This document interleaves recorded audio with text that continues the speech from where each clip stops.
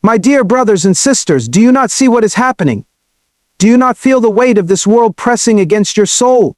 There is a war raging, not a war of flesh and blood, not a war fought with swords and shields, but a war of the mind, a war of the heart, a war against truth itself. And the great danger is not that you will fall in some great battle, not that you will be overtaken by a sudden and obvious evil. No, the greatest danger is that you will forget who you are, forget why you were created, forget the price that was paid for your soul. That is how it happens, slowly, subtly, quietly, day by day, inch by inch. Your heart grows cold, your mind drifts, and before you even realize it, you have become blind to what truly matters. The distractions come, the noise of this world grows louder, the desires of the flesh creep in, and you say, just for a moment, just for a season, I will rest. But rest from what? Rest from seeking Him. Rest from clinging to the cross. That is not rest, my friend, that is sleep, and sleep is the cousin of death. Look around you. Look at the ones who once burned with passion, the ones who once walked in holiness, the ones who once wept in prayer. Where are they now? Some have turned away. Some have grown silent. Some have been consumed by things that have no eternal weight. And do not think for a moment that you are above this. The moment you forget the urgency of your need for Christ is the moment you begin to drift away from Him. You say you love Him, then why do you not seek Him? You say He is everything, then why do lesser things steal your heart? You say you have been bought with a price, then why do you live as if you belong to yourself? Do you not remember? Do you not know? The world has nothing for you. It never has, and it never will. But Christ is everything. His grace is sufficient. His blood is enough. His love is unshakable. Awaken, O sleeper. Do not forget. Do not grow weary. Do not be deceived. Cling to Him with all that you are, for He alone is worthy. There is no great fall without first a great forgetting. No one wakes up one morning and decides to abandon the truth, to walk away from the narrow path, to turn their heart away from God.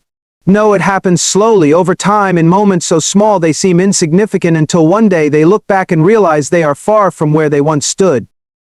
The greatest danger is not found in the sudden temptations, in the obvious threats, in the blatant lies. It is found in the subtle erosion of memory, in the quiet whisper that convinces the soul to forget. First, it is a simple distraction, a busy schedule, a mind filled with other concerns, a heart weighed down by the cares of this world.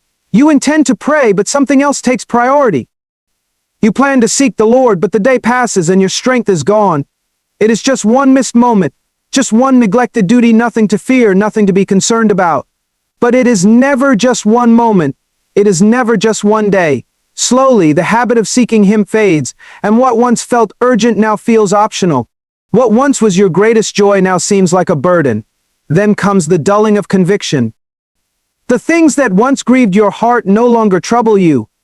The sins that once brought you to your knees now seem small, forgivable, even reasonable. You begin to justify what you once condemned. You make peace with things you once fought against. The fire that once burned within you begins to flicker, not because someone poured water on it in an instant, but because it was left unattended, neglected, forgotten. Soon, truth itself begins to lose its weight.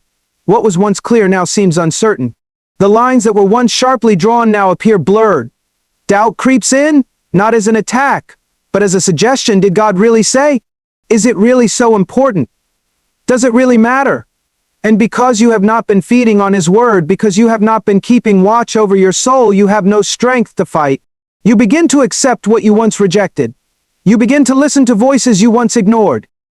And all the while, you tell yourself that you are still the same, that nothing has changed, until one day, you look in the mirror and realize you no longer recognize the person staring back at you. This is how it happens. This is how faith grows cold. Not through a single act of rebellion, but through a slow and steady forgetting. Forgetting the weight of sin, forgetting the holiness of God, forgetting the price of the cross, forgetting that you were not made for this world, that your citizenship is in heaven, that your life is not your own. The danger of forgetting is not just in the loss of knowledge, but in the loss of love. When you forget who He is, you forget why you love Him. When you forget what He has done, your gratitude fades. When you forget what you have been saved from, your worship becomes empty. And when you forget that this world is passing away, you begin to live as if it will last forever. Look around you.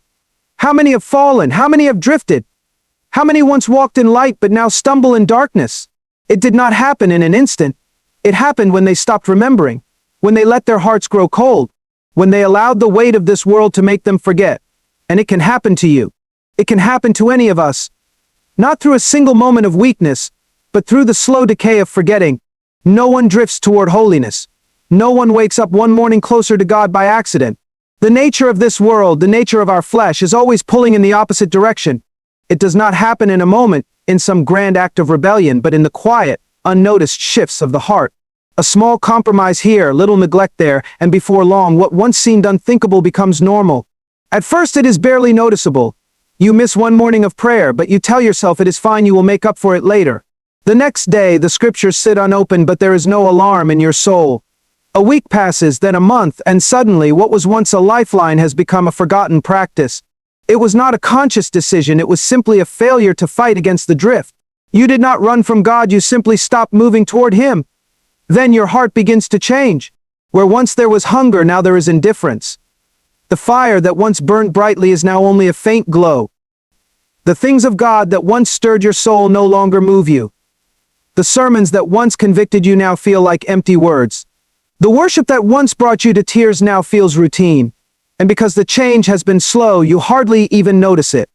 Then comes the justifications. The things that once troubled your conscience now seem small, insignificant. Sin no longer appears as dangerous as it once did. The world no longer seems as corrupt as you once believed. You begin to make peace with things you once ran from. You start calling things acceptable that you once knew were wrong. It is not because you suddenly gained some new wisdom, it is because your heart has been numbed by neglect. At this stage, the drift is almost complete. Your affections have shifted. Your priorities have changed. The voice of God has grown faint. Not because He has stopped speaking, but because you have stopped listening. The world has filled the silence. Other voices now shape your thinking. Other desires now dictate your actions. And the worst part is you do not even feel lost. You do not even realize how far you have drifted, because it happened so slowly, so quietly, so naturally. Look back to where you once were. Look back to the days when your heart burned with passion, when sin grieved you, when prayer was as necessary as breathing. What happened? Where did that hunger go? You did not throw it away in a moment of rebellion, you let it fade through neglect. This is how it happens. Not in a single dramatic moment, but in the slow erosion of desire. In the gradual cooling of love. In the quiet compromises that seem harmless until they have led you miles away from where you once stood. And when you finally realize it, when you finally open your eyes, you see that you are not where you were meant to be, that the fire is nearly out, that your soul is in danger, not because you made a single wrong turn, but because you stopped paying attention to where you were going. No one is beyond the danger of falling. No one is so strong, so wise, or so disciplined that they cannot drift. The moment a person believes they are above this danger is the very moment they are most vulnerable. The greatest men and women of faith did not stand firm because they trusted in their own strength, but because they knew their weakness and clung desperately to God. The ones who fall are not always the weak, the new believers, or those who have never known the depths of truth. Often they are the ones who once burned the brightest, the ones who once wept in prayer, the ones who once stood boldly for righteousness. Look at the history of those who have gone before. How many started well but did not finish? How many men of God preached with fire, walked in power, and stood for truth, only to later be found empty, deceived, or lost? How many once had hearts filled with devotion, only to be led away by pride, by complacency, by the slow erosion of holiness? If they could fall, what makes you think you are beyond such a danger? The moment you believe you cannot fall is the moment your heart has already begun to shift. It starts when a person begins to trust in their past faithfulness rather than in daily dependence on Christ. They look back on years of service, on victories won, on battles fought, and they think they have built something unshakable. But faith is not a monument, it is a daily walk. Holiness is not something achieved once and for all, it is something guarded and pursued every day. The moment a person stops seeking, stops fighting, stops guarding their heart, they have already begun to slip. Then comes the small compromises. They begin to make peace with things they once rejected. A little less time in prayer. A little less time in the Word. A little more tolerance for sin. A little less urgency in their pursuit of God. It does not feel like rebellion, only rest. It does not feel like backsliding, only balance, but they do not see the danger. They do not realize that the enemy does not need them to deny Christ outright. He only needs them to stop pressing forward. Because the moment they stop moving toward God, they are already moving away from Him. Then comes the blindness. They do not see what is happening in their own heart. They still know the right words. They still go through the motions. They still appear strong. But the fire is not the same. The passion is faded. And yet, because they still look the same on the outside, they convince themselves nothing has changed. This is the most dangerous place to be, not cold, not openly rebellious, but lukewarm, comfortable, numb, and because they do not feel lost, they do not seek to be found.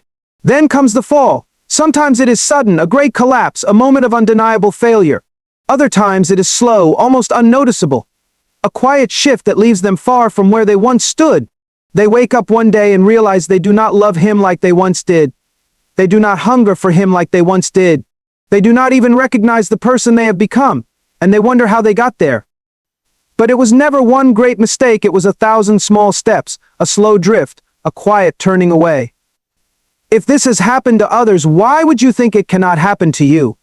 If those who walked in greater light than you, who saw greater miracles, who heard the voice of God, could be led astray, why would you think you are immune?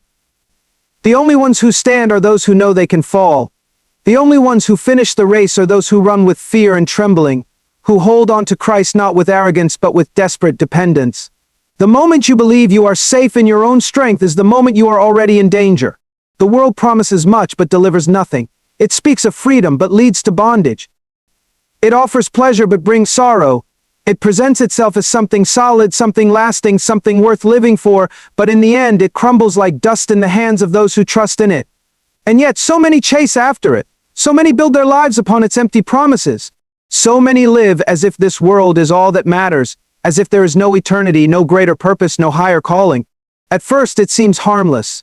A little more comfort, a little more success, a little more attention from others. It is not open rebellion, just a shift in priorities. A heart once consumed with a passion for God slowly becomes consumed with other things. The pursuit of holiness is replaced by the pursuit of security. The longing for Christ is overshadowed by the longing for approval. The urgency of eternity is drowned out by the noise of temporary pleasures, and without even realizing it, the heart begins to believe the lie that these things will satisfy, that they will fulfill the deepest longings of the soul. But they never do, they never can. The richest man is never rich enough. The most famous person is never adored enough. The one who indulges in every pleasure still finds himself empty. The world cannot give what it does not have. It cannot fill the void that was meant to be filled by God alone. And yet people chase after it. They spend their lives striving, accumulating, achieving only to reach the end and realize they have nothing. They have built their lives on sand. But Christ is everything. He is not an addition to life, he is life itself. He is not something to be fit into your schedule, something to be balanced with other priorities, something to be pursued when convenient. He is the only thing that matters. Everything else will pass away. Your job, your reputation, your possessions, your achievements, all of it will turn to dust. The only thing that will remain is what was done for him, what was built upon him, what was surrendered to him. Then your heart begins to change. Where once there was hunger, now there is indifference. The fire that once burned brightly is now only a faint glow. The things of God that once stirred your soul no longer move you. The sermons that once convicted you now feel like empty words. The worship that once brought you to tears now feels routine. And because the change has been slow, you hardly even notice it. Those who chase the world never find what they are looking for.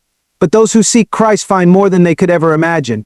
They find a joy that the world cannot steal, a peace that does not fade, a love that does not waver. They are not left empty, because they have been filled with the only thing that truly satisfies. They are not tossed back and forth by every wave, because their foundation is unshakable. They are not deceived by the fleeting pleasures of this life, because they have tasted something far greater. But the world will not stop calling. It will continue to whisper its lies. It will continue to paint itself as beautiful, as fulfilling, as necessary. It will continue to promise life while leading only to death. And if you are not careful, if you do not guard your heart, if you do not cling to Christ with all that you are, you will be drawn in. You will be deceived. You will begin to believe that something else can take his place. And the moment you do, the moment you turn your gaze away from him, you will begin to drift. Do not be fooled. Do not trade what is eternal for what is temporary. Do not live for what will one day burn. Cling to Christ, not as an idea, not as a part of your life, but as your life itself. He alone is enough. He alone is worthy. And in him alone will you find everything your soul has ever longed for. Wake up. Open your eyes. Do you not see what is happening? Do you not feel the weight of this hour? The danger is not in some distant future, not in some obvious disaster. It is now, in this moment, in the slow and silent drift of your soul. And if you do not wake up, if you do not shake yourself free from the deception of comfort and complacency, you will not even realize what you have lost until it is too late. There is no middle ground. There is no place of neutrality in this life. You are either pressing forward in Christ or you are slipping away from Him. You are either growing in holiness or being drawn into the world. There is no such thing as standing still. The moment you stop pursuing, you start retreating. The moment you stop fighting, you start losing. How many have fallen asleep? How many who once burned with fire now barely flicker? How many once walked in boldness, in passion, in deep love for Christ, but are now distracted, distant, cold? And how did it happen? Not through one great act of rebellion, not through one moment of turning away, but through the slow decay of forgetfulness, through the quiet loss of urgency, through the gradual settling into comfort. Do you not remember? Do you not recall what it felt like when your heart was alive, when His presence was your greatest desire, when you would rather have died than be separated from Him? Do you not remember the nights when you wept in His presence, when you trembled at His word, when you longed for nothing but more of Him? And what happened? Where did that hunger go? Where did that passion fade? You did not throw it away in a single moment. You let it slip through your fingers one day at a time.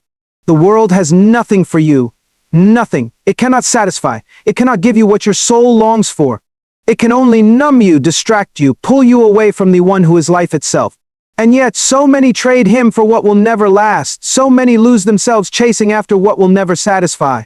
So many fall asleep not because they openly denied Him, but because they simply let their love grow cold. Wake up. Do not be deceived. Do not grow weary.